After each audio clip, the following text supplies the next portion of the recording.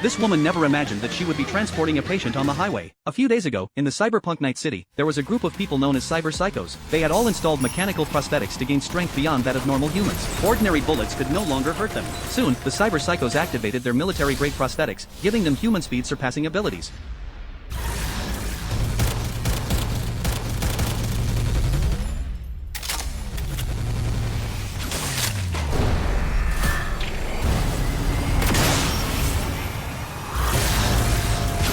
They easily wiped out their enemies in front of them, but at the same time, the military arrived just in time. They immediately began to destroy the cyber psychos systems. The once powerful cyber psychos were instantly subdued. At this moment, David also wanted to implant the same prosthetics into his own body. However, the doctor told David that without a special talent, it was impossible to control such military-grade implants. These prosthetics would slowly erode the brain, turning the person into a heartless killing machine, a cyber psycho. Despite this, the doctor still agreed to implant the prosthetics into David, but he had one condition: if David ever came crying to him asking to have the prosthetics removed, they would then belong to the doctor. Soon, the doctor made an incision on David's back and implanted the prosthetics. David had passed out by the time the procedure was finished. When David woke up, the first thing he did was find the classmate who had once bullied him. Before he had the prosthetics, David had been beaten up by this person. But now, David was able to activate his prosthetics.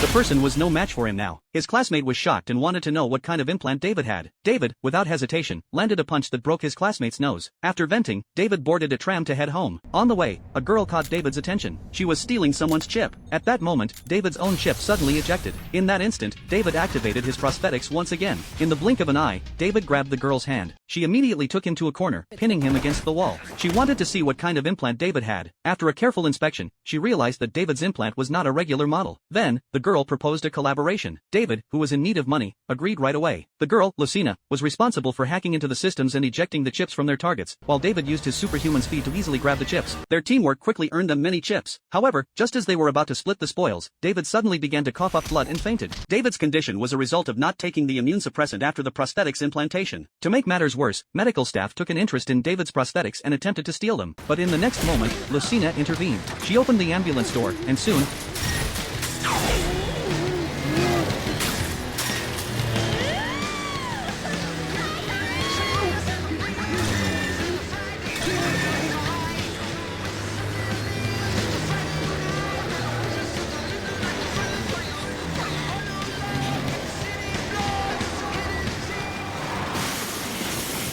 David found himself back with the prosthetics doctor. The doctor